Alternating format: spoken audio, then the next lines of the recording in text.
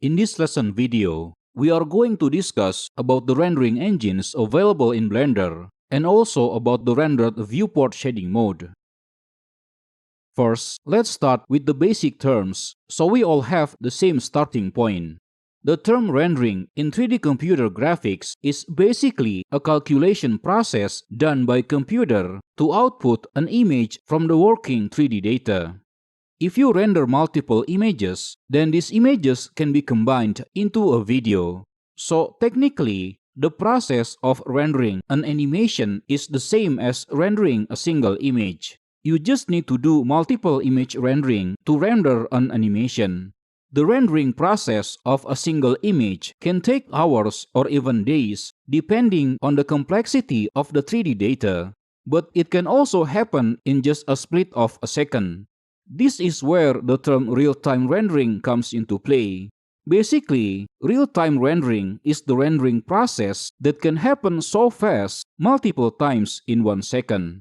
This kind of rendering speed is needed for interactive applications such as video games or VR, etc.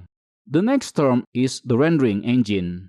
Essentially, rendering engine is a piece of program responsible for performing the rendering task.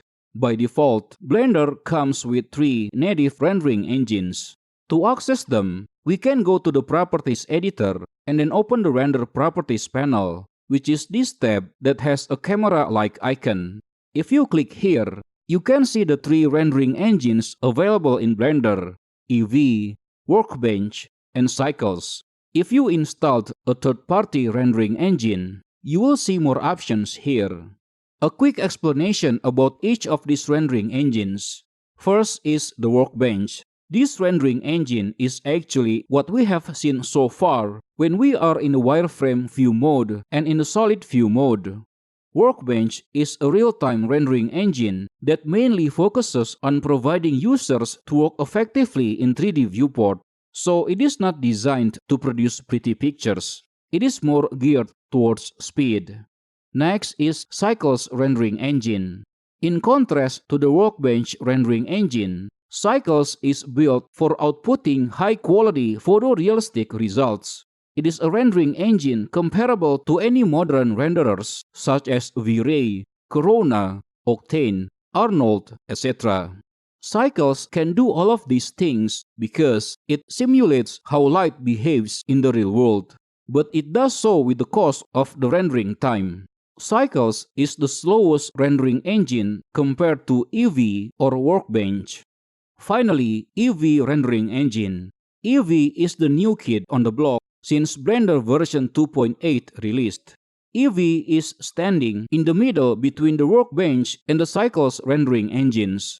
I mean, in terms of picture quality, Eevee is way better than Workbench, but it is still below Cycles. And in terms of rendering speed, Eevee is actually designed as a real-time rendering engine, so it is way faster than Cycles, but it is still slower than the Workbench engine. Eevee uses a lot of modern graphics technologies to cut corners comparable to those that you can find in popular game engines such as Unity or Unreal game engines, etc. In Blender, there are 2 types of rendering process: final rendering and preview rendering. Now, these are just my own terms for differentiating the two. What I mean about preview rendering is basically seeing your rendering result directly in the viewport. You can do this by activating the rendered viewport shading mode, which is this button up here. In this mode, you can get instant visual feedback and still be able to rotate the viewport freely and also able to select and manipulate objects in the scene. But in this mode, you cannot save the rendering result to an image. The other type of rendering is the final rendering. This rendering type is not performed in a 3D viewport, so you cannot interact with the objects in the scene directly. But you can save the final result to an image so that later you can use that image in other graphics software. The last difference between the two is camera. In preview rendering mode, you don't really need any camera object. But in the final rendering mode, having a camera object is a must. you cannot perform any final rendering without any camera object. We will discuss more about the final rendering process in a later lesson. For now, let's focus on the preview rendering. Just to recap what we have learned so far about viewport shading modes. This is the wireframe mode, and this is the solid view mode. These two modes actually use the workbench engine regardless of what rendering engine you use in the properties editor, okay?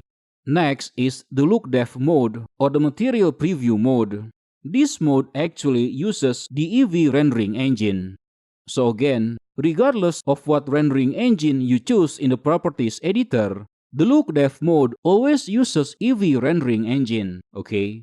The last one is the rendered viewport shading mode. This is the mode where we do preview rendering. It is the only mode where the rendering engine option in the properties editor really matters. So if you have this rendered shading mode active, changing the rendering engine from EV to cycles, for example,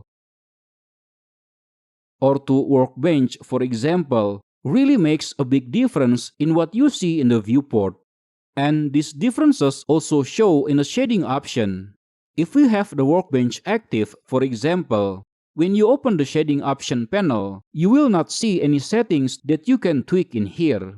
But if we change this to cycles, we get a pause button in here and several settings in the shading option panel. We are not going to discuss about cycles now because later we will have a dedicated section about it, inshallah.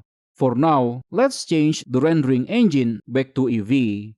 In EV, the rendered shading option will display the same settings we have seen in the look depth mode. So I'm pretty sure you're already familiar with these settings.